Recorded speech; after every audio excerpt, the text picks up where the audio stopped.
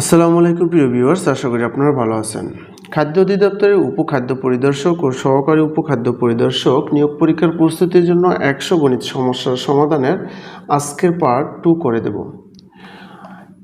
আপনারা যারা এর আগের প্রথম পার্টটি দেখেছিলেন, ও পার্টটিতে আমি 10টি গণিত করেছি এবং প্রত্যেকটা পার্টই 10টা গণিত করে থাকবে। মোট 10টা পার্টে আমি 100টি গণিত করাবো। তো আপনি যদি আমার চ্যানেলে নতুন দর্শক হয়ে থাকেন, অবশ্যই চ্যানেলটি সাবস্ক্রাইব করে বেল আইকনটি অন করে দিবেন, যাতে আপনি পরবর্তী পার্টের গণিতগুলোর সমাধানটা খুব সহজেই পেয়ে যান। চলুন ভিডিওটি শুরু করা যাক। 11 নম্বর গণিতে আছে 3টি ঘোড়ার মূল্য 5টি গরুর মূল্যের সমান এবং 2টি গরুর মূল্য 3টি গাধার মূল্যের সমান। একটি ঘোড়ার মূল্য 7,500 টাকা হলে 5টি গাধার মূল্য কত? তাহলে আমরা প্রথমে দেখব যে একটি ঘোড়ার মূল্য কত আর 3টি ঘোড়ার মূল্য কত, তাহলে আমরা বের করতে পারবো। ঠিক আছে, একটি ঘোড়ার মূল্য আছে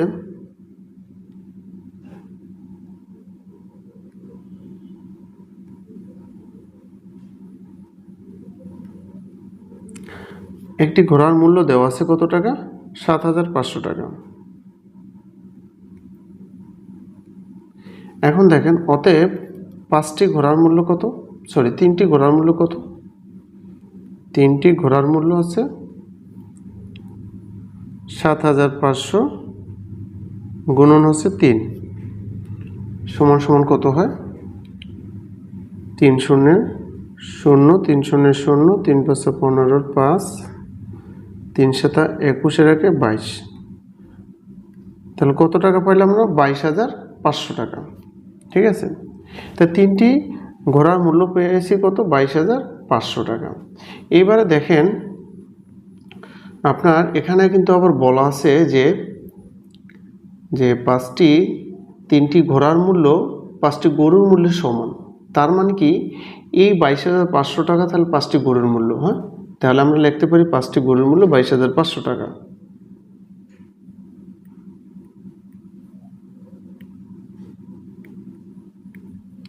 পাঁচটি গরুর মূল্য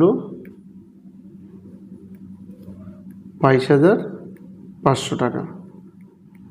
প্রশ্নে কিন্তু বলা আছে, ঠিক আছে, 3টি ঘোড়ার মূল্য 5টি গরুর মূল্যের সমান।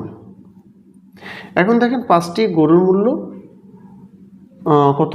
22,500 টাকা। এবার যদি আমরা 2টা গরুর মূল্য বের করি, তাহলে আমরা গাধার মূল্য পেয়ে যাব। ঠিক আছে, অতএব 2টি গরুর মূল্য, তাহলে 22,500 ভাগ 5 গুণন 2 এত টাকা সমান সমান কত হয়, সেটা আমরা একটু কাটাকাটি করে দেখি। ঠিক আছে,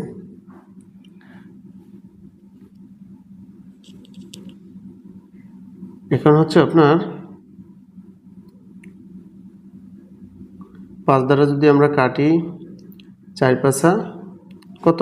20 থাকে কত? 25 না? 5 5 25, শূন্য আছে 2টা, তাহলে হয় 9,000 টাকা। এবার বিষয়টা দেখেন, তাহলে 2টি গরুর মূল্য হচ্ছে 9,000 টাকা। এখানে আবার বলা আছে যে 2টি গরুর মূল্য 3টি গাধার মূল্যের সমান।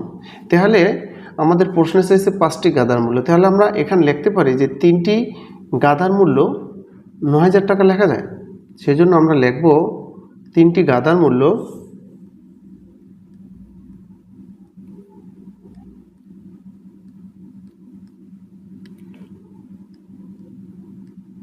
3টি গাধার মূল্য তাহলে কত টাকা? 9,000 টাকা। 9,000 টাকা। অতএব প্রশ্নে চাওয়া হয়েছে কয়টা? 5টি গাধার মূল্য কত? অতএব 5টি গাধার মূল্য কত হবে? 9,000 গুণন 5 ভাগ হচ্ছে 3, তাহলে এখানে কত হয়? 3,000। ঠিক আছে, তাহলে 3 5 কত? 15,000। 15,000 টাকা। তাহলে 5টি গাধার মূল্য কত হবে? 15,000 টাকা। এই হচ্ছে আমাদের উত্তর। তো সঠিক উত্তর আছে কোনটা? ক নাম্বারটা, এটা আমাদের সঠিক উত্তর। আমরা পরবর্তী গণিতে চলে যাচ্ছি। 12 নম্বর গণিত আছে নৌকার স্রোতের বেগ যথাক্রমে ঘন্টায় 18 কিলোমিটার ও 6 কিলোমিটার, অর্থাৎ নৌকার বেগ 18 কিলোমিটার 1 ঘন্টায় আর স্রোতের বেগ 1 ঘন্টায় 6 কিলোমিটার। নদীপথে 72 কিলোমিটার অতিক্রম করে পুনরায় ফিরে আসতে কত সময় লাগবে? এখন আমরা ধরে নেব, ধরেন যাওয়ার পথে আমরা ধরে নিলাম নৌকাটি অনুকূলে যায়, তাহলে আমরা লিখব স্রোতের অনুকূলে নৌকাটি 1 ঘন্টায় যায়। শর্টকাটে আমরা লিখব, ঠিক আছে? স্রোতের অনুকূলে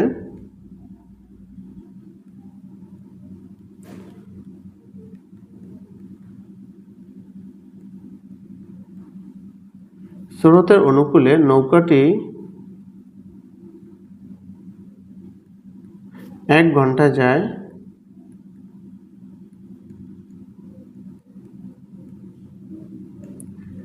আচ্ছা, অনুকূলে নৌকার বেগ বলতে কি বোঝায়? নৌকার কার্যকরী বেগ প্লাস স্রোতের বেগ। তাহলে 1 ঘন্টায় মোট অতিক্রম করবে 18 যোগ হচ্ছে 6, তাহলে কত কিলোমিটার? 24 কিলোমিটার। 24 কিলোমিটার, ঠিক আছে? এবার দেখেন আমরা এটা বের করে দিই যে 72 কিলোমিটার যেতে সময় লাগে কতটুকু, সেটা আমরা বের করে দিই, ঠিক আছে? হ্যাঁ, তাহলে আমরা লিখব স্রোতের অনুকূলে নৌকাটি 24 কিলোমিটার যায়। 24 কিলোমিটার যায় কত ঘন্টায়? 1 ঘন্টায়। 1 ঘন্টায়। অতএব স্রোতের অনুকূলে নৌকাটি 72 কিলোমিটার যায়। 72 কিলোমিটার যায় কতটুকু সময়, সেটা আমরা দেখব। 1 গুণন হচ্ছে 72 ভাগ হচ্ছে 24, 3 24-এ 72, অর্থাৎ তাহলে কতটুকু সময় লাগে? 3 ঘন্টা। 3 ঘন্টা। এবার আমরা দেখব আসার সময় আমরা প্রতিকূলে হিসাব করব, ঠিক আছে? হ্যাঁ, প্রতিকূলে এখানে আমরা একটু লিখে নিই। আবার স্রোতের প্রতিকূলে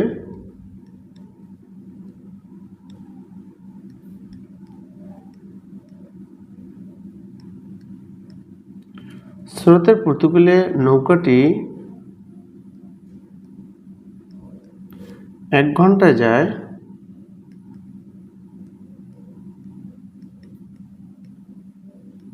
1 ঘন্টায় যায়, বা আপনি লিখতে পারেন 1 ঘন্টায় ফিরে আসে। হ্যাঁ, যেভাবে লেখেন, ঠিক আছে? আপনি বুঝে লেখলেই হলো।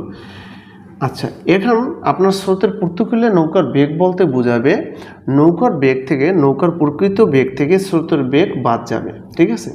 তাহলে দেখেন 18 থেকে যদি আমরা 6 বাদ দিই তাহলে কত? 12 কিলোমিটার। আমরা ডাইরেক্ট 12 কিলোমিটার লিখে গেলাম। হ্যাঁ, কথাগুলো একটু খেয়াল করবেন, তাহলে হয়ে যাবে, কারণ সম্পূর্ণ লেখলে ভিডিও অনেক লং হয়ে যায়। তাহলে স্রোতের প্রতিকূলে নৌকাটি 1 ঘন্টায় যায় কত? এই যে 18 থেকে আমরা কি করব? 6 বাদ দেব, ঠিক আছে? 12 কিলোমিটার। হ্যাঁ, বিষয়টা বোঝা গেল? এবার লাগবো স্রোতের প্রতিকূলে নৌকাটি 12 কিলোমিটার যায় 1 ঘন্টা, ঠিক ওভাবে। হ্যাঁ, 12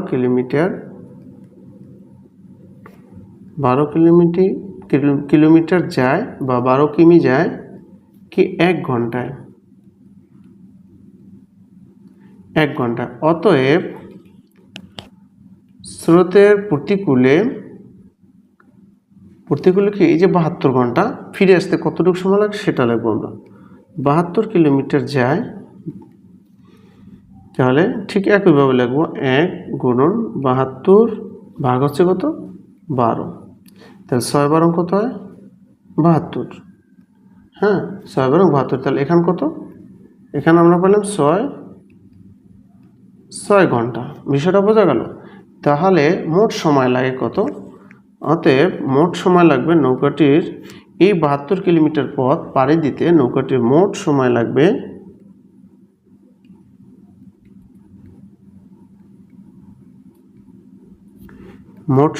প্রথম পাইলাম আমরা 3 ঘন্টা।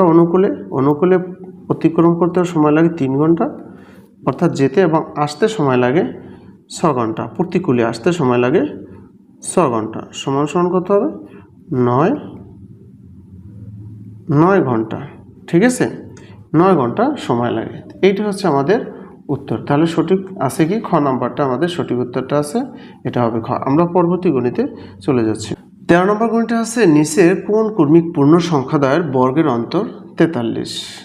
আমরা প্রথম সংখ্যাটা ধরে নেব। ধরি একটি সংখ্যা হচ্ছে এক্স এবং অন্যটি হচ্ছে এক্স প্লাস 1। আমরা এটা ধরে নিলাম। হ্যাঁ, আমরা প্রশ্ন মতে লিখতে পারি অ্যাকর্ডিং টু দ্য কোয়েশ্চেন লিখতে পারি কি x plus 1 whole square minus x square equal to হবে কত? 43। বা এ প্লাস হোল স্কোয়ার সূত্র যদি আমরা পালাই A square plus twice A B plus B square minus আছে কি এই যে এক্স স্কোয়ার ইকুয়াল টু 43। বা এই এক্স স্কোয়ার আমরা কেটে দিলাম, তাহলে এখানে কি 2 একে 2 আর এক্স দ্বারা গুণ করলে twice x plus 1 equal to 43। বা টয়েস এক্স ইকুয়াল টু 43, এই পাশে যদি 1 যায় বিয়োগ হয়ে যাবে। বা টয়েস এক্স ইকুয়াল টু কত হবে? 42। বা এক্স ইকুয়াল টু 42/2। অতএব এক্স ইকুয়াল টু কত পাইলাম?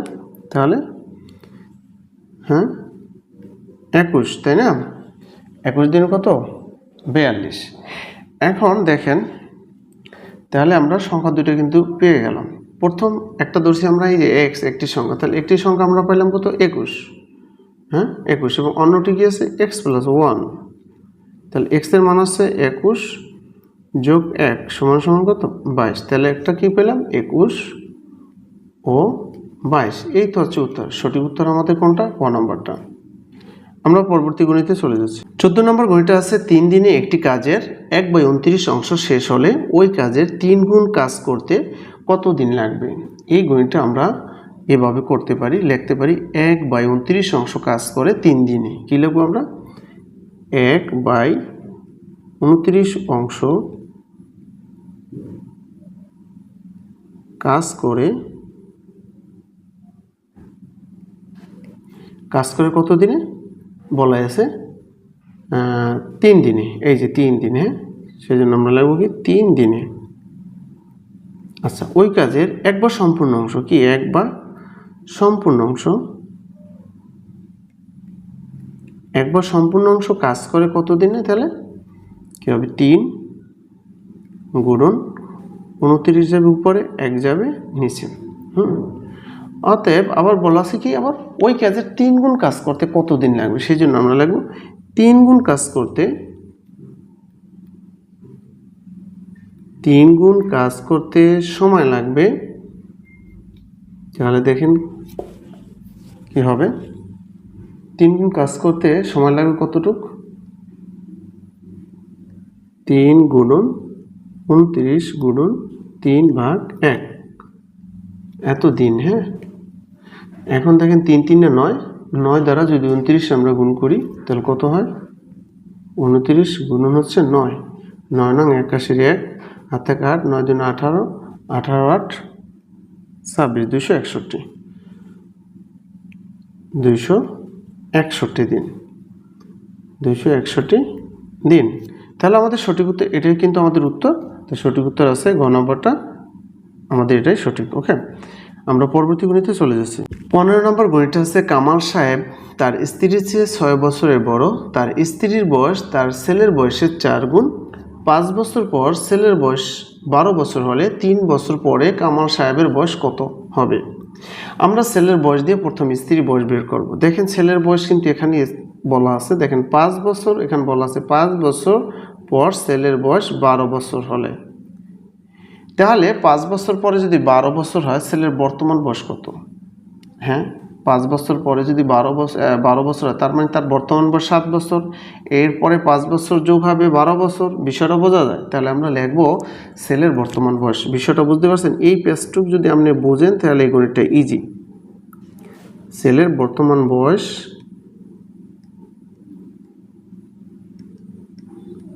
তাহলে ছেলের বর্তমান বয়স কত? তাহলে 5 বছর পরে 12 থেকে 5 বাদ দেবেন কত? 7, তার মানে 7 বছর। বিষয়টা বোঝা গেল? তাহলে ছেলের বর্তমান বয়স 7 বছর। এখানে বলা আছে তার স্ত্রীর বয়স ছেলের বয়সের 4 গুণ। তাহলে কামাল সাহেবের স্ত্রীর বয়স কত হবে? 4 গুণ। তাহলে আমরা কিন্তু সহজেই পেয়ে গেলাম কামাল সাহেবের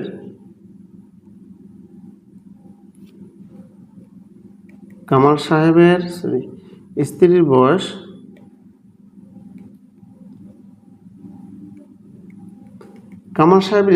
তাহলে কত হবে? 4 গুণ মানে কি 7 গুণন 4 সমান কত? 28 বছর। বোঝা গেল? কত? 28 বছর। এইবার দেখেন কামাল সাহেবের বয়স আমরা এখন পেয়ে গেলাম। কামাল সাহেবের বয়স কিন্তু আমরা পেয়ে যাব না? তো কামাল সাহেবের বর্তমান বয়স, তাহলে কামাল সাহেবের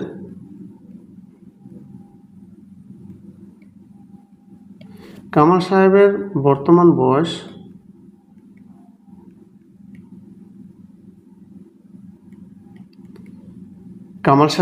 বয়স কি বলা আছে দেখেন। কামাল সাহেব তার স্ত্রীর চেয়ে 6 বছরের বড়।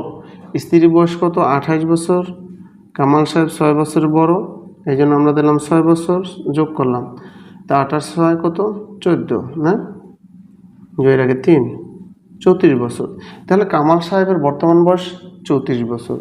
বলা আছে আবার 3 বছর পরে কামাল সাহেবের বয়স কত হবে? অতএব 3 বছর পর কামাল সাহেবের বয়স হবে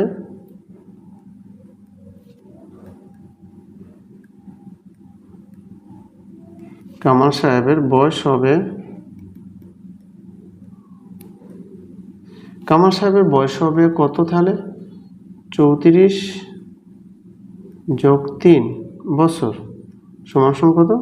37 বছর। বোঝা গেল? এটাই কিন্তু আমাদের উত্তর। হ্যাঁ, এটাই আমাদের উত্তর। তাহলে সঠিক উত্তর কোনটা? ঘ নম্বরটা আছে সঠিক উত্তর। আমরা পরবর্তী গণিতে চলে যাচ্ছি। 16 নম্বর আছে 25 গ্রাম ওজনের একটি সোনার গহনায় সোনা ও তামার অনুপাত 4:1। গহনাটিতে আর কতটুকু সোনা মেশালে এতে সোনা ও তামার অনুপাত 5:1 হবে? আপনাদের প্রথম কাজ আছে যে সোনা কতটুকু আছে এবং তামা কতটুকু আছে সেটা বের করতে হবে 25 গ্রামের মধ্যে থেকে। আমরা ধরে নিলাম সোনার অনুপাত ধরে নিলাম কত? সোনা ধরে নিলাম 4 ক, আর তামা ধরে নিলাম, তামা হচ্ছে যেহেতু 1 সাংখ্যিক শক, আমরা ক ধরে নিলাম। ঠিক আছে, অনুপাতের যোগফল কত হয় দেখেন? 4 ক আর এই ক কত হয়? 4 ক যোগ ক সমান কত? 5 ক। আমরা প্রশ্ন মতে লিখলাম, মানে কি এই দুইটার যোগফলই তো এই 25 গ্রাম, তাই না? সেই জন্য আমরা লিখলাম, প্রশ্ন মতে লিখতে পারি আমরা 5 ক সমান 25 গ্রাম, বা ক সমান 25 ভাগ 5 বা 4 × 5 = 20। কি 4 × 5 = 20? ঠিক আছে, সরি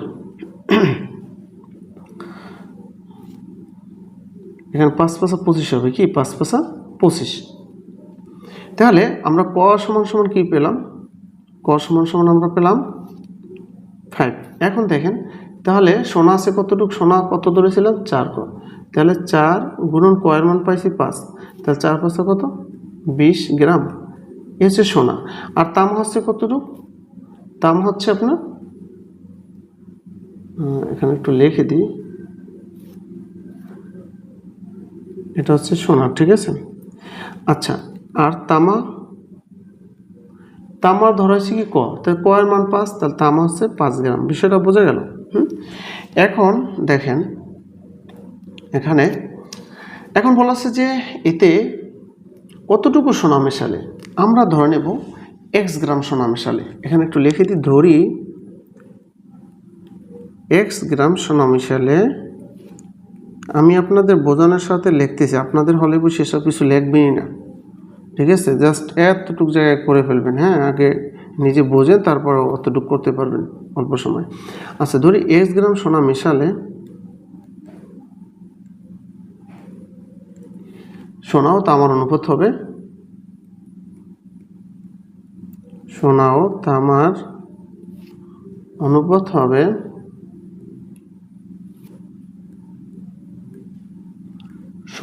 সোনা ও তামার অনুপাত হবে 5:1। বিষয়টা বোঝায়? এবার আমরা লিখি, অতএব, তাহলে দেখেন আমরা সোনা পাইলাম কত? 20 গ্রাম। কি সোনা পাইছি কিন্তু আমরা কত গ্রাম, 20 গ্রাম। হ্যাঁ 20, আর কতটুকু সোনা মিশালে ধরেছি x গ্রাম সোনা মিশালে, সেই জন্য আমরা x যোগ করব, ভাগ হচ্ছে 5 গ্রাম হচ্ছে তামা। অনুপাত কত হবে, অনুপাত হবে 5:1, সেজন্য আমরা লিখব 5/1।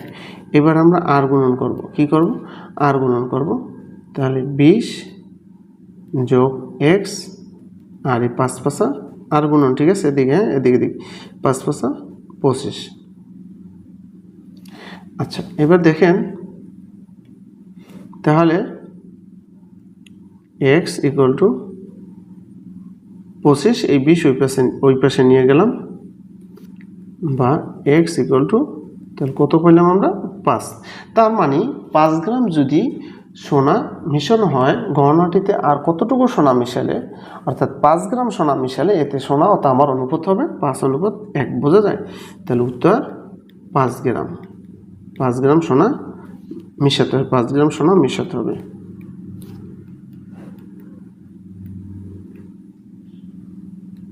পাঁচ গ্রাম সোনা মিশাতে হবে। সঠিক উত্তর কোনটা আছে, ক নাম্বারটা, এটা সঠিক।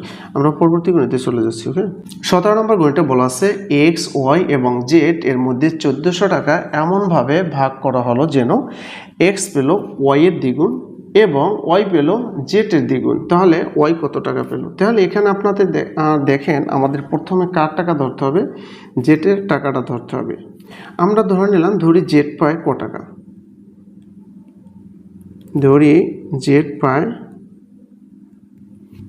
ক টাকা।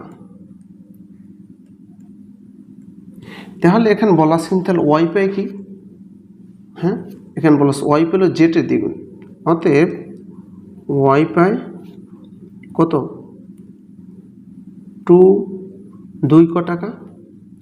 এবার দেখেন এক্স পায় কত, ও এক্স পেল কি ওয়াই এর দ্বিগুণ, এক্স পেল কি আবার ওয়াই এর দ্বিগুণ, সেই জন্য আমরা লিখব কি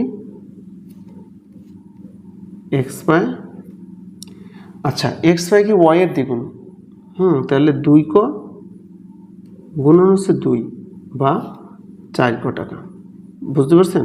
ওয়াই পায় 2 ক আর এক্স পায় ওয়াই এর দ্বিগুণ, সেই জন্য 2 করে 2 দ্বারা গুণ করলাম, কত, 4 ক টাকা। বিষয়টা বোঝা গেল। এবার দেখেন টোটাল হলো কত ক, 4 ক, 2 ক, 6 ক আর 1 টাকা 7 ক। তাহলে আমরা প্রশ্ন মতে কিন্তু লিখতে পারি অ্যাকর্ডিং টু দ্য কোশ্চেন, তাহলে 4 ক একটু লিখে দিই, যোগ 2 ক যোগ ক সমান সমান কত, 1400 টাকা, কত 1400 টাকা। বা এখানে কত ক হয়, 7 ক, 7 ক ইকুয়াল টু 1400 টাকা, বা ক ইকুয়াল টু 1400 ভাগ 7, তাহলে কত হলো 200 টাকা। অতএব ক সমান সমান কয়ের মান পাইলাম আমরা কত, 200, কয়ের মান পাইলাম কত, 200। এখন বলা আছে ওয়াই কত টাকা পেল, তাহলে দেখেন অতএব ওয়াই পায়, ওয়াই এর টাকার পরিমাণ কত, ওয়াই পায় কত, এই যে 2 ক, তাহলে 2 কয়ের মান আছে কত, 200 টাকা, 200 সমান সমান কত, 400 টাকা। এটা হচ্ছে আমাদের উত্তর। সঠিক উত্তর আছে কোনটা, ঘ নাম্বারটা। আমরা পরবর্তী গণিতে চলে যাচ্ছি। 18 নম্বর গণিতে বলা আছে বার্ষিক 3% হার সুদে 500 টাকার 6 বছরের যত সুদ হয়, বার্ষিক 5% হার সুদে কত টাকার 4 বছরে তত সুদ হবে। এই গণিতটা করতে হলে আমাদের প্রথমেই এখানে আমাদের প্রথমে বের করতে হবে কি, আমাদের প্রথমে বের করতে হবে সরল সুদ বের করতে হবে, তাই না, হ্যাঁ সরল সুদ। তা সরল সুদ আমরা যদি বের করি, আমরা আইপিআরএন সূত্রের দ্বারা করব। আমরা জানি সরল মুনাফার সূত্র কি, I equal to P R N. এবার দেখেন পি হচ্ছে কি মূলধন, এখানে মূলধন আছে কত টাকা, 500 টাকা। আচ্ছা আর হচ্ছে মুনাফার হার, মুনাফার হার হচ্ছে 3%, তাহলে 3/100। এবার এন সময় আছে কত, 6 বছর, এই জন্য আমরা দিলাম 6, এই 200 এই 200 আমরা কেটে দিলাম, তাহলে কত হয়, 3 5 15, 6 15 90। তাহলে আমরা সরল মুনাফা পাইলাম কত, 90 টাকা। এবার বলছে বার্ষিক 5% সুদে কত টাকার 4 বছরের সুদ তত হবে। তাহলে এখানে চাইছে আমাদের মূলধন, কত টাকা মূলধন হলে, সেজন্য আমরা লিখব অতএব পি। পি মানে কি? প্রিন্সিপাল। মূলধনের সূত্র হচ্ছে কি I/RN। দেখেন তাহলে আই এখানে সরল মুনাফা আমরা পাইলাম 90 টাকা, এই হলো 90 টাকা। আর মুনাফার হার এখানে কত? 5%। 5% সমান আমরা লিখতে পারি 5/100। 5 কত? 100 গুণন, এইবারে হচ্ছে এন কত? এন মানে কি? সময়। সময় হচ্ছে 4 বছর, এই যে 4, সেই জন্য আমরা দিলাম 4। ঠিক আছে, এখন দেখেন আমরা এভাবে লিখতে পারি 4 25 কত? 100। 5 1 5, 5 5 25, 5 5 কত? 25। হ্যাঁ, তাহলে আমরা এখানে লিখতে পারি কি? এখানে দেখেন আছে কত? 90 কি? 90 গুণন এই 5 যাবে উপরে, 1 যাবে নিচে, তাহলে সমান সমান কত হয়? 5 0 0 5 9 45, এত টাকা। তাহলে কত টাকা হলে আসল, কত টাকা হলে এত টাকা সুদ হবে? 450 টাকা। সঠিক উত্তর আছে ঘ নম্বরটা, এটা আমাদের কারেক্ট। আমরা পরবর্তী গণিতে চলে যাচ্ছি। 19 নম্বর আছে, কয়ের কাছে 260 টাকা আছে, এর সাথে কত টাকা যোগ করলে সে সমস্ত টাকাকে 6 7 অথবা 8 জনের মধ্যে সমানভাবে ভাগ করে দিতে পারে। প্রথমে আমরা এখানে কি করব? 6 7 8 এর লসাগু বের করব। কি? 6 7 8। তাহলে আমরা লিখি 6 7 8 এর লসাগু। এর লসাগু কত? এর লসাগু হবে আমরা একটু দেখে নিই। 6 7 8, 2 দ্বারা যদি দেই 3 7, তারপর কত? 4, আর যায় না যায়, তো এর লসাগু কত হবে? আপনার 3 দুগুণে 6, 6 7 42, 42 গুণন হচ্ছে 4। 42 গুণন 4 কত হয়? 42 গুণন 4, 4 দুগুণে 8, 4 4 16, 168। কত? 168। এখন 168 260-কে ভাগ দেব 168 দ্বারা, কতবার যায়? একবার যায়। 1 দ্বারা 168 রাখে 168, তাই কত? 28 10 ভাগে 2, 7 7 আছে 16 ভাগে 9 7 16, তাহলে কত? 92। হ্যাঁ, 92। এখন আমরা এখানে লিখব কত যোগ করতে হবে? অতএব লিখব যোগ করতে হবে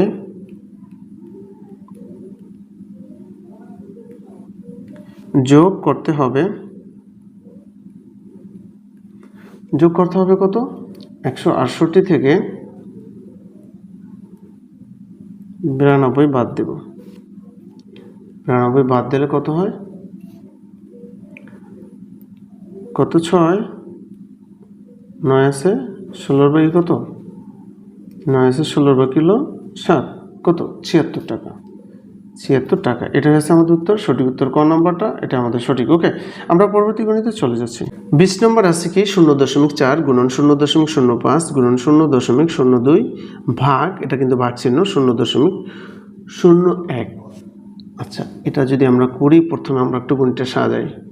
কি আছে? 0.4 গুণন 0.05 গুণন 0.02 ভাগ আছে কত?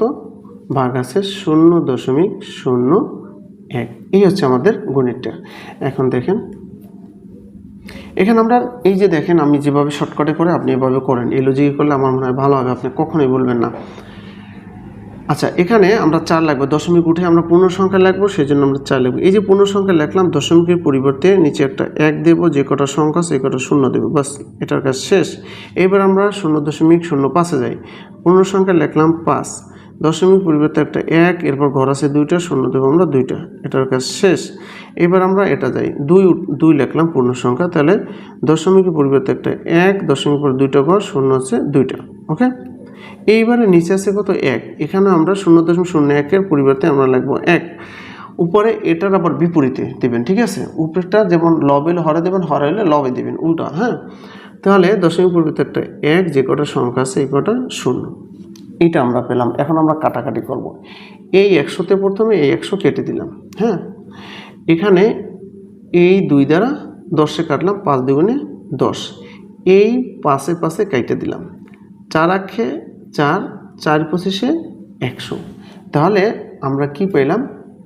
আমরা পাইলাম উপরে রইল আমাদের 1, নিচে রইল আমাদের 25। এবার ভাগ দিই, ভাগ দিলাম, যায় না, দশমিক দিয়ে একটা শূন্য আনলাম, এখনও যায় না, তাহলে দশমিক একটা শূন্য দিয়ে আর একটা শূন্য আনলাম, 4 পঁচিশে কত? 100 শূন্য। তাহলে আমরা পাইলাম কত? এখানে উত্তর হবে কি 0.04। এটা হচ্ছে আমাদের উত্তর। সঠিক আছে কোনটা দেখেন? সঠিক আছে খ নাম্বারটা, এটা আমাদের সঠিক উত্তর। তো ভিউয়ার্স, আজকের ভিডিওটা এ পর্যন্তই।